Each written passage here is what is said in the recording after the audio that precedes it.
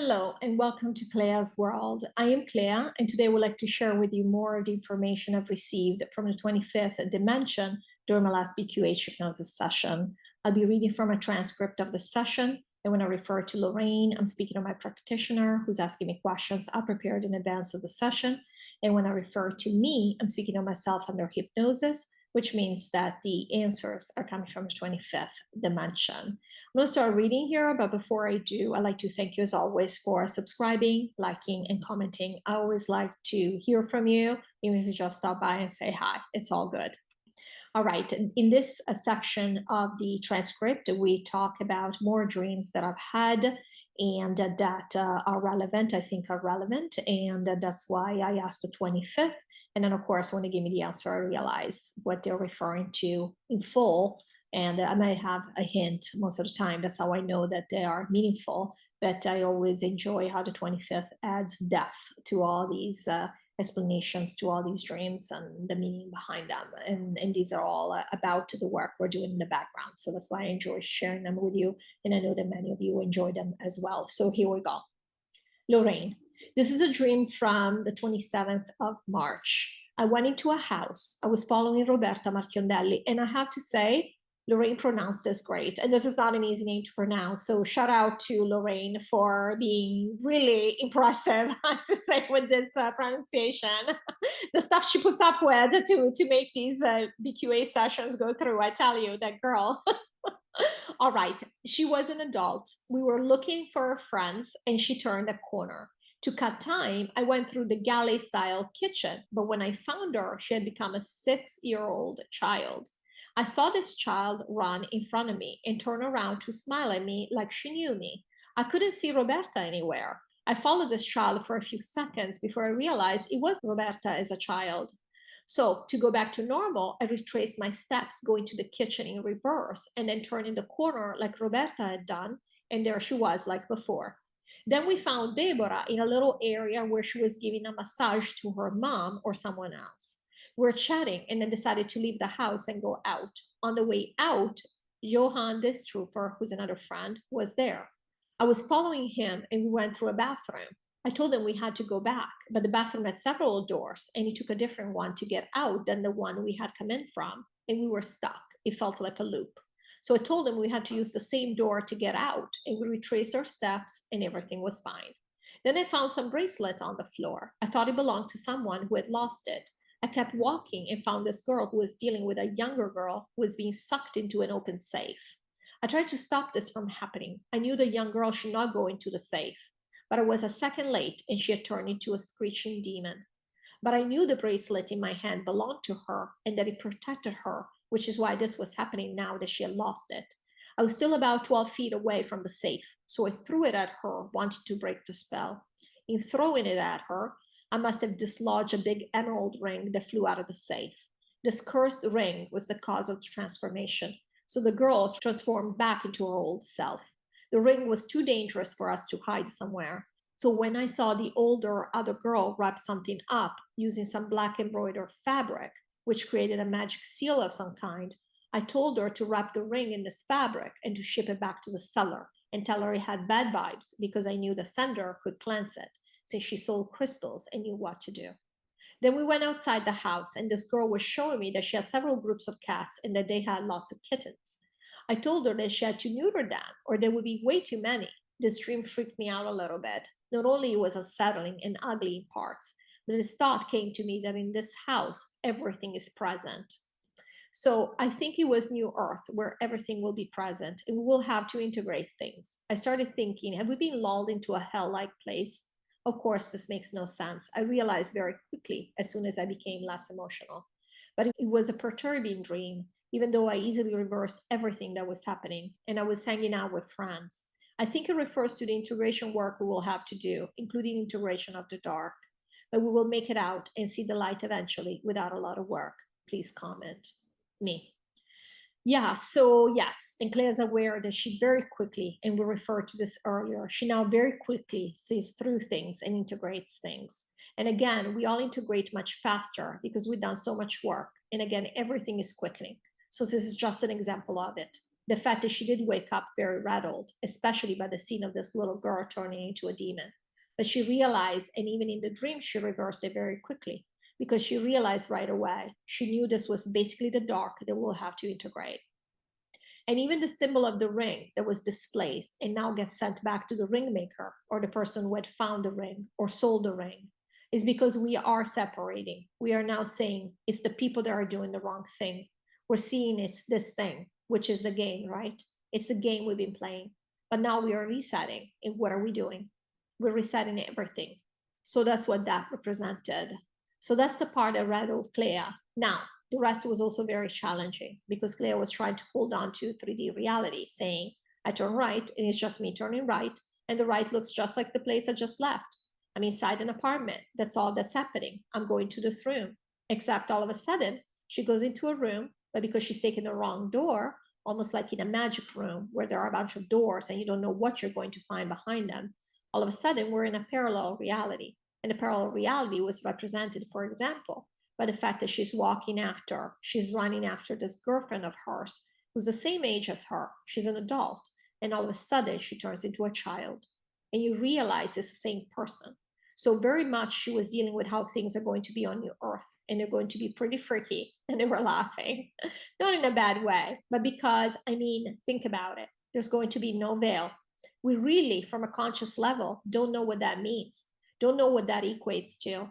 The fact is we're going to be startled. We already talked about this. Even when we see our bodies, we realize they're not really bodies. And look, I'm changing them. I want to have webbed feet. And all of a sudden I have webbed feet, right? Well, it might be fun because we can have fun doing different things. It's still going to be startling. We're going to have to get used to it because we spent however many number of years here on this planet. So we assume things are a certain way, especially when it comes to our own body. And we think our body is our identity. So imagine there's going to be a transition period. We've spoken about this many times. That also involves the fact that we have to get used to things. So in this case, in this dream, it's very much reflecting that and addressing that because it's so immediate. Because it's not immediate. We're going to be a little startled and unsettled. Now, in the dream, though, it very much showed that everything was fixable very, very quickly. Now, Clea, again, why was she retracing her steps? Because she still wanted to be in 3D. She still said, yeah, but this is normal. Not that there was anything bad happening on the other side in this parallel reality now. And not only, but it looks like they are the past, what we like to think of as past lifetimes, but they're all present. Now it's the kid again, right? So it's going to be a little bit unsettling, but again, not in a bad way. Now, the part about integrating the dark, of course, we already said that depending on our personality, our present personality, and our own individual triggers, some of us are going to have none of us is going to have an easy time, but people are going to have different degrees of resistance to that work. And so it's going to take more or less time depending on that. And again, there is no right or wrong solution, no right or wrong way of doing this. So whatever each essence is prepared to take on, we will all get over it. So we're not saying there's going to be people that are never going to accept what happened here. We're all going to the earth because we do know that we are capable of handling it. And we decided to handle it. So it will be handled, of course. So in the dream, then there was a part about, again, different people coming up from Clea's past, like Johan or Deborah, etc., all friends. So it was very much seeing all the different realities. They're all there now, even though these people didn't even overlap in Clea's life, but they're all there, all at the same time. And so when she goes outside, then she's dealing with a different situation with the cats, etc. And would you mind repeating what happens with the cats, what she was saying about you should neuter them, but this person did not want to neuter them? Lorrayne. So she showed the cats, like several groups of cats that had lots of kittens, and Clea told them that she needed to neuter them or there would be too many, way too many. That's all. Yeah, so very simply, Clea's always trying to fix things. We're laughing. Clea always thinks, she has her judgment. She always thinks things should go one way. We all have these types of judgments. We all think that things should go one way. So this is not to single out Clea saying she's the most judgmental person. She thinks she's helping. She thinks she's doing the right thing. And especially all of us on the team of the light, this is how we see things, right? We say, this is what you're supposed to do. And we're already spoken about the fact that we have set a lot of guidelines for our own behavior, which is fine. There is no judgment. This is how we decided to come in and to experience this lifetime.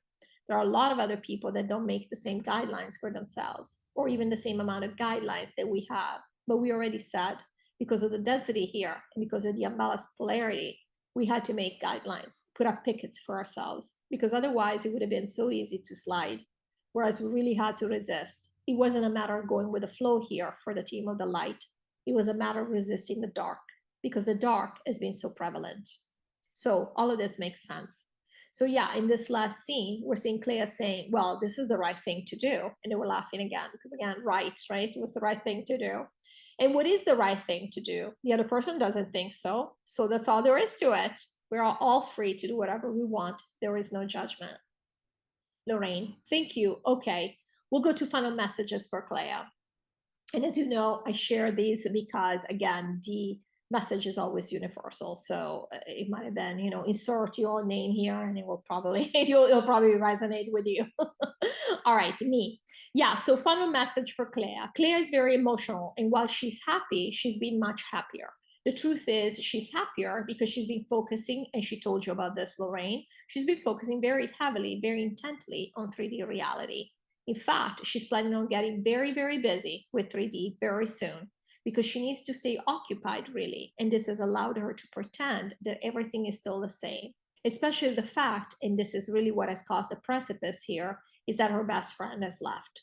She was counting, and she's becoming emotional as we are talking about this. She was counting and expecting her friend would stay longer. And the fact that she has left has been a heavy hit for Clea. Even though she pretends it's all the same, she knows it's not the same. And at any rate, and because of that, she's making herself busy. In fact, so busy that sometimes she has a very, very stressful day from a 3D perspective.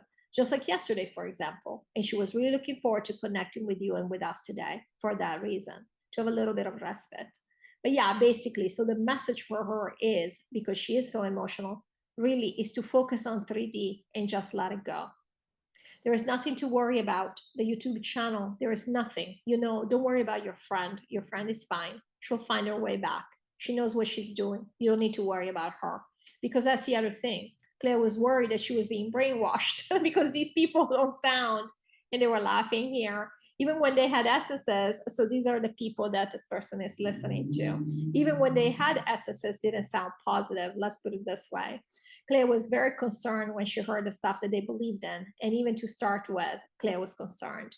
But we are telling her, your friend is totally fine. She's a master, and we are all just playing the game. We're all going to New Earth, so we'll all know exactly what we have done, and we'll all be together.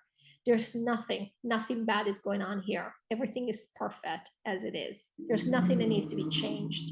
And so, yeah, we just want Clea to remember this as she goes through. She can do whatever she wants. If she doesn't want to have the channel anymore, she does not have to. We said this many times. The information has percolated. Everybody knows exactly what they're doing. Even this friend, she knows. This is why she's fighting so hard, because she knows. So it is all good, and we are grateful. We're grateful for everything that's transpired. We are grateful that we have been allowed to play a role, a conscious role in this transition. We're really so impressed and overwhelmed with everything, how big this transition has been between the inputted by source that we had no way of expecting, and what we are doing right now, what you guys are doing right now. We have transformed everything. What more can we say about this? This is incredible. You guys have done an incredible job. So there's really nothing to worry about. As hard as this is from an emotional human perspective, there is nothing to worry about. Lorraine, thank you. I'm not worried about anything at this point. I'm just enjoying my days. Love Lorraine. She's awesome. Me. And we enjoy you, Lorraine, very much with your attitude.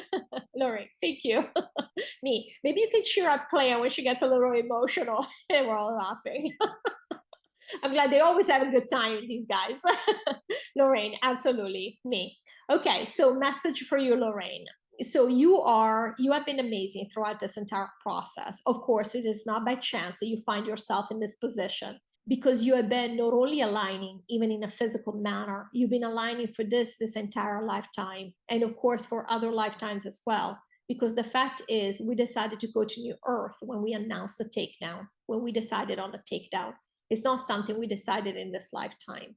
However, we have had, of course, lifetimes where, aligned or not aligned, we still wanted to experience very much the 3D and whatever there was on offer on this planet.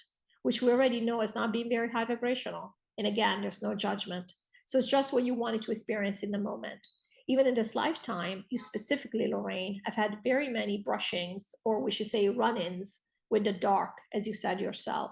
And it doesn't take anything away from your alignment. In fact, if anything, even more so, everything always happens for a reason. Your higher self is setting things up because this is what will aid you to be on the path that you set for yourself. Again, there is no right or wrong path. And so we are grateful that you have aligned with eventually. And of course, you wanted this. You wanted the people that wanted this information prior to the takedown, obviously, or you would have never come across it. I mean, what are the chances that you would even meet Clea? And now, if you had not met her, you would have still somehow found a way of finding her channel. But at the same time, look how instrumental you have been in distributing this information. We already said a million times, there is no difference between Clea speaking this information, gathering this information, and anyone else hearing it. You are doing exactly the same work. It's exactly the same type of consciousness. At the same time, look what's happening. You're having conversations with us, not necessarily everybody else is getting to. Of course, we're always happy to answer questions, but other people don't necessarily get this direct connection where they get to ask questions or comment or all these things. So again, why did you align with this? You've done so much work. You see how nothing happens by chance. Now, it's also very interesting that you have the opportunity to distance yourself. It's interesting. Now, why is your higher self, and we don't want to give you the answer, Lorraine, because you are very consciously aware of what your higher self wants and doesn't want. Why is your higher self putting you in this position? Why is your higher self telling you this? You have your choice. If you want to put up resistance, this is an easy out. This tells you, and again, we don't want to tell you where you are. We don't want to give you an answer unless we have a precise question. We don't like to tell people what their higher self is trying to do with them because we know. We always say, go inside and you know it. And you specifically, Lorraine, you do this all the time. So the question is, you find yourself in a situation, and now you can look at yourself though and say, interesting choice I made right now. Your higher self is putting you in a situation to see, what is my level of resistance? This is all it is. We're only observing, right? When we go inside, we know. So we're looking and we're saying the same way that Clea looks at her channel and thinks, what is actually going on? This is not just numbers. Numbers mean nothing. What is going on to the people? What is the higher self after? What is my higher self after when I see this happening? And this is the same awareness that you have, Lorraine. You're always checking yourself. So where are you at? So we'd ask you, based on all these facts that you can see at 3D, where are you at with your level of resistance? And I mean, you kind of told us already, you're saying, this is where I'm at. This is what I'm doing now. I'm very chill. But so we are trying to bring this to you as always our outside reality is a reflection of where we are. So where are you at? Where is your level of resistance now to everything that's been going on? So as you can see, I am sharing these final messages, even though they on paper are meant for Lorraine and me. I'm sharing these with you all because, again, we're all checking ourselves all the time. And by seeing how we react to things, we can see what our level of resistance is to the shell. If we're still dealing with a lot of breakdowns and low vibrational events happening in our life, it means that we're still putting up a lot of resistance to what is happening, which is perfectly fine. There is no judgment. There is a reason we put up resistance. In fact, I have videos about that. The 25th, I've spoken about this and said that we put up resistance to protect ourselves, to protect our personal shell. So there is no judgment. It is not like the wrong thing to do, okay? However, that will tell you where you are and the kind of work you're doing at this time. At the end of the day, behind the scenes, we're all doing the same work. And we're all moving forward as well as we can. There are many of us out of the 3.5 million essences left on this planet at this time that cannot afford to do a lot of work consciously. So they're not even aware of the things we are doing. But at our higher self level, at a subconscious level, they know, and they're doing the same work as we are. And from a conscious perspective, when we get to New Earth, we will all know everything. It will be a moot point. So I hope you enjoyed this video, and thank you so much, as always, for watching. Take care of yourselves.